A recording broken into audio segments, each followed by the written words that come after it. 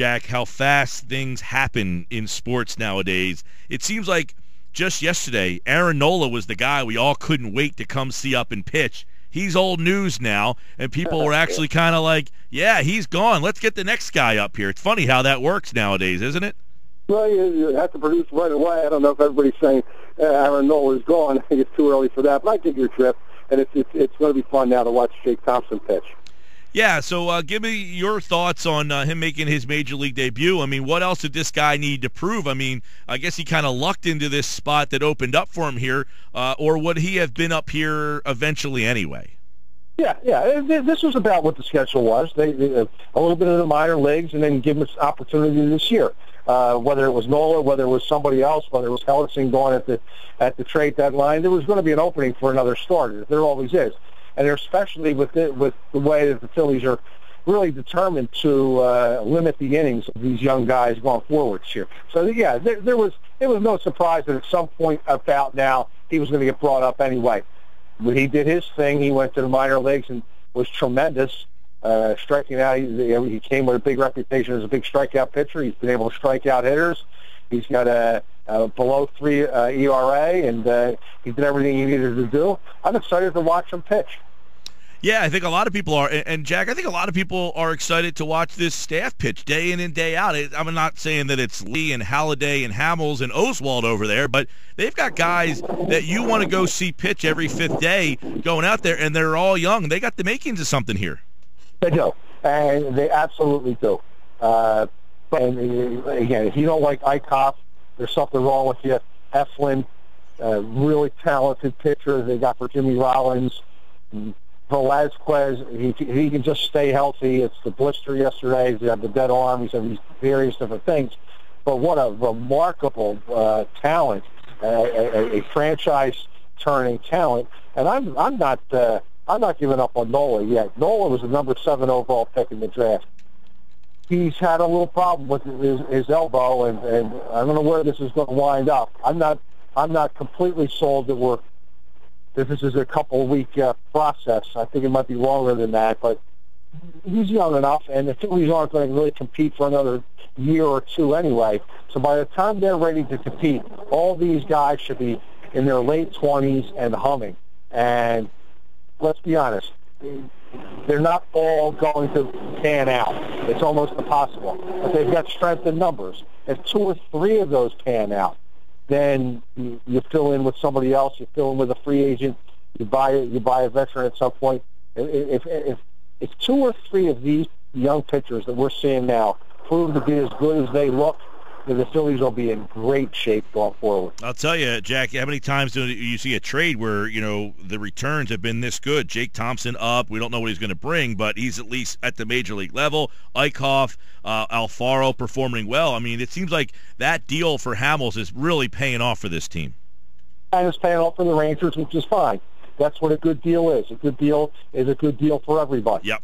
And here's the Ruben Amaro for not just giving Paul Hamels away. They waited, literally waited until he pitched a no-hitter, and then flipped them for just tremendous value. I've been writing columns for years, been radio for years. I always am careful to add that phrase in there. I'll trade anybody for value, and everybody's available for value. But you better go and get me value. Well, and a lot of times they haven't over the year. Going way back, they never got value for Scott Rowland or Kurt Schilling or guys like that over the years that they flipped in other eras when they were trying to turn it over. But in this particular case, they got value for Rollins. They got value for Hamels. Who am I forgetting? They got value for Giles. Yep. They got value for Rollins. Yeah, Rollins. They got value for Rollins and Zach Eflin. So yeah, so they have they've done a good job. They maybe flipped it. They maybe began the process a year or two too late. But once they started, they've done a real good job of getting good players back in return. Jack McCaffery is a columnist at the Delaware County Daily Times. He gives an opinion. I want to get yours on this then. Them not dealing Hellickson, does that give them the opportunity to then flip one of these younger arms and keep Hellickson around in search of maybe some bats? Yeah, absolutely. Now you see that the Velazquez is still in play. Now, obviously, they would have to sign Hellickson. They've got the money to do that, and Klentak likes him. and so does McCann. I still think that the greater value of Jeremy Hellickson this year was to bring him in as as sort of a bridge and to give you some kind of a veteran presence in the pitching staff and over in that part of the clubhouse. And he was tremendous with that. He's been great with the young pitchers. But he's not old either. You're right. I mean, if they're smart, I'd give him an offer and see if I can't get him to stick around. Yeah, and then, I mean, you look at Velasquez, his name came up a little bit. He obviously had some value, and I guess the Phillies were just testing the temperatures out there. But he's had some arm issues, and, what's to say they don't get concerned about them arm issues, flip them, and then have Hellickson as kind of the senior member of that staff, because Clintack kind of indicated that they do value the leadership that some of these guys, they don't want to go all Sixers on us and just throw all young kids out on the field there, it seems like. Exactly, and again, I'll repeat what I said a few minutes ago. For value, I'll trade anybody, and that includes Velasquez. If I can get value for him, I will, and I'll expand on that. It's the same reason I was one of the first in town to write that when they had this number 1 overall pick in the draft, I said enough with collecting pitchers. I don't want to hear about it anymore. Go out and get a hitter. Well, they did. They didn't get a power hitter, but they went out and got a hitter. They need offense in the worst way. And again, I don't want to be cavalier here and say, oh, they have plenty of pitching. Because you can never have enough pitching.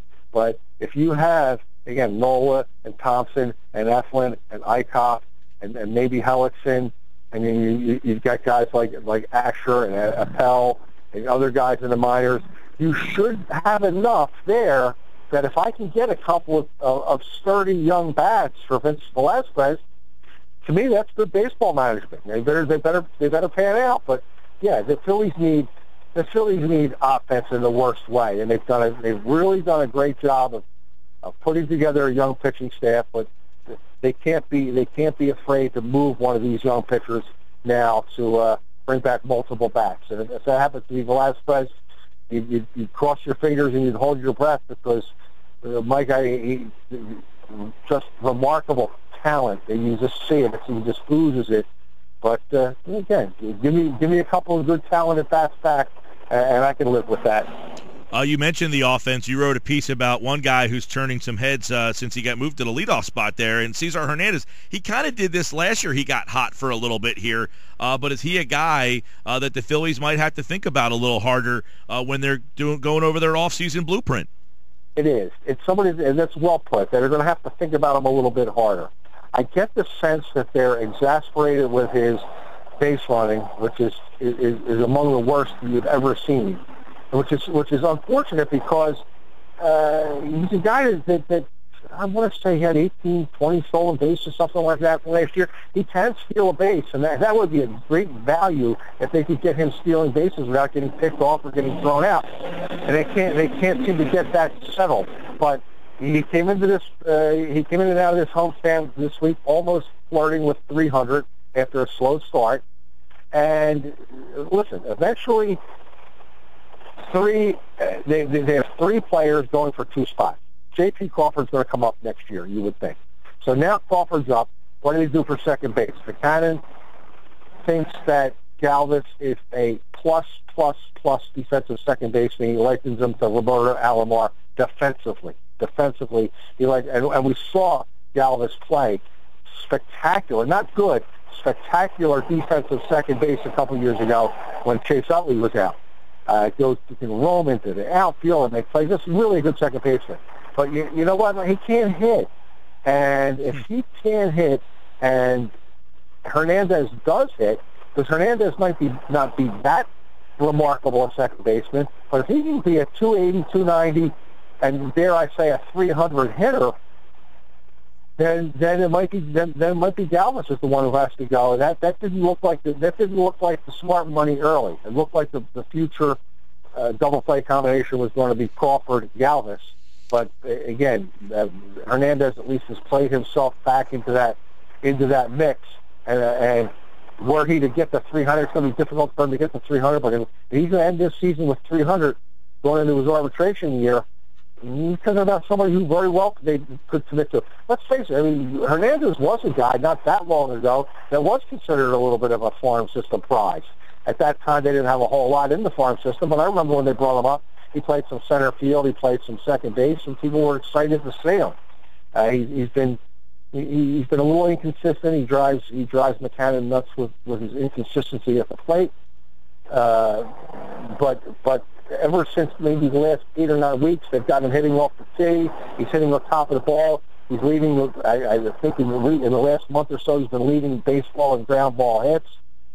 He's doing exactly what the Phillies demanded him to do. And yeah, so Cesar Hernandez is playing himself deep into that discussion. And then I guess Altherr has been much of a surprise. I don't know what people think of him long term. Does he just come up and then people don't have scouting reports on him, or is this a guy that maybe was a diamond in the rough that the Phillies kind of uncovered last year and are now getting to showcase? They like them, and just by being around the ballpark and keeping my ears open, you get the idea that they genuinely like his talent. They were very disappointed that he broke his wrist again. Well, he just broke a different wrist this time, and it cost him because he was going to open the season as one of their corner outfielders. There was no doubt about that. The game comes really. It appears to come easy to him. He glides in the outfield. He's got a plus arm. He can hit. He hits for some power. He hits to all fields. He's a guy that they genuinely like. It's not just a guy that they're trying to look at or they're trying to force on you. I mean, of course, it's going to depend on him whether or not he produces consistently at a big league level. That'll be up to him. In fact, he had such a big week. I was sitting in the dugout before the game a couple of days ago. A couple of the coaches were, nudging him, needling him, kidding him, but in a lot of ways serious too, saying, hey, man, it's beginner's luck. They would have a little fun with him, but they wanted him to know that, you've got to do this for days and weeks and months and years, and he's got that kind of ability to do that. All I can tell you, Mike, is that they genuinely think he's got that kind of talent. So they're going to give him a look. All right, Jack McCaffery, a great columnist over at the Delaware County Daily Times, and I saw you tweeting today from Eagles practice, and I just wanted to get your take on the difference in the Peterson and Kelly. I saw your tweet that I really liked, that you mentioned, hey, couple guys hurt, but guess what? It beats the flag football mentality that they had going around there for days, and it seems that there's a little bit of a divide on whether people think this is smart or not. It is. And my column for tomorrow is that I think it's smart. I can't criticize Kelly for not tackling and then criticize Peterson for the way his practices are going. However, I'll give myself a small backdoor. Peterson is he's a rookie coach too. And what the problem was today, it wasn't the tackling, it wasn't the hitting, it wasn't the injuries. It was the fact that it was rookies damaging veteran players. It was a rookie who knocked Ertz into the locker room. It was a rookie who knocked Jordan Matthews onto the sidelines. And as Ertz said afterwards, now it turns out Ertz was clear, no concussions. The NFL in general is being overly cautious with this thing. They have guys out there on the field literally looking for guys who take a hit and get up shaking their head. You could be shaking your head because a mosquito is there, or shaking. As Ertz said, he shook his head because he was displeased with the way he was hit. Well, if you get up and shake your head, it's I don't know whether it's league rule or league directive, whatever it is, they are going to order you off of that field to go get a concussion test. Anyway, I getting away from my point here. The point is that it's not the hitting that is causing a little bit of attention at Eagles camp. It's the rookies don't seem to understand the culture and the respect, the professionalism that comes with how you hit in training. There's hitting, there's tackling in the Super Bowl, and there's tackling in August. It's right. Two different kinds of tackling. As Zach Ertz said, he said, look, if Malcolm Jenkins were to tackle me in that same exact play, he would have come up high, he kind of would have grabbed me, and I would have gone down. As a respect to him, I would have gone down. He said these young rookies have to learn how this is done here, and how it's done is not flipping over Zach Ertz and Jordan Matthews. The Eagles may or may not win. Who knows? Las Vegas says 7.5.